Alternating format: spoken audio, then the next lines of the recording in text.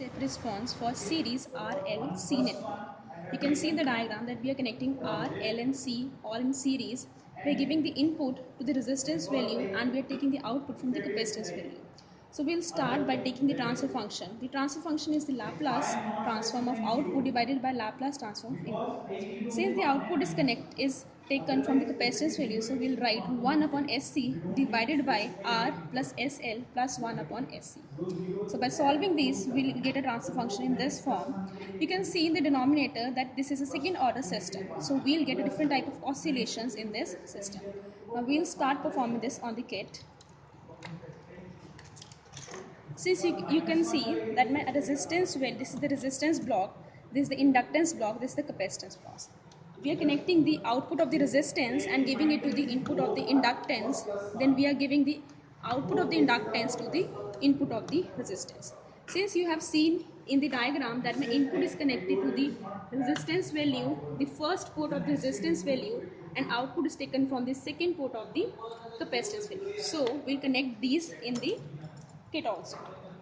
You can see I have connected the function generator. Now I am giving the input one port, positive port with the resistance value, and output is connected with the negative port, the second port of the capacitance value. Since we can see that my output is taken from the terminal of capacitance, therefore the CRO must be connected at the capacitance value. So my first positive terminal should be connected at the capacitance input and the second should be connected at the second port of the capacitance. So we'll connect this with the CRO also. You can see I'm connecting one channel with the CRO, and the positive lead of this is connected to the first input of the capacitance value, and the ground is connected with the second port of this capacitance value. So we'll now first switch on the function generator.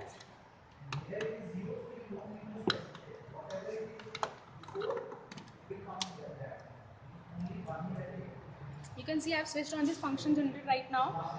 Now we'll see what is the, you can see we can set the different types of functions in this square input. Here my square input is at 273 Hertz. Now we'll set the frequency at for this.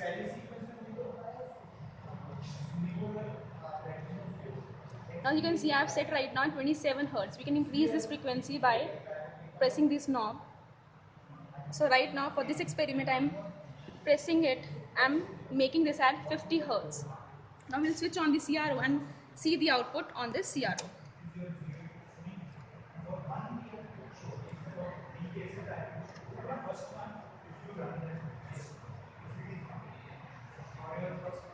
You can see now you're getting an output in the form of oscillatory output for the underdamped system that you get in the second order system.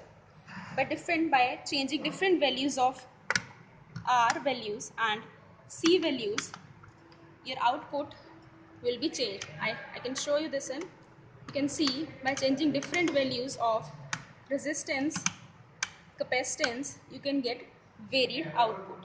Now we will perform the same experiment on the MATLAB also. So we'll start writing this on the MATLAB window. Firstly, we have to define that my function has to be work on the S domain. So we'll write S is equal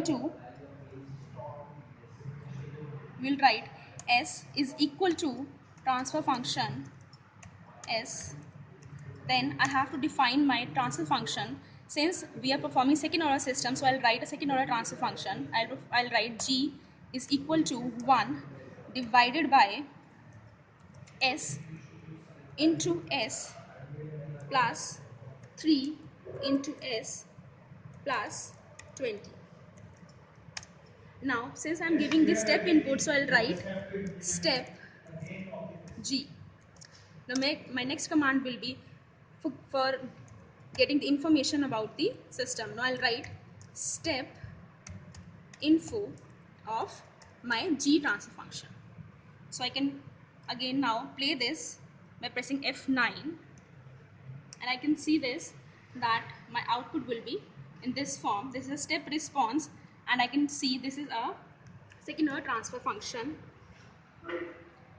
So by varying different values of transfer function, by using any different kind of transfer function, you can vary your different type of response.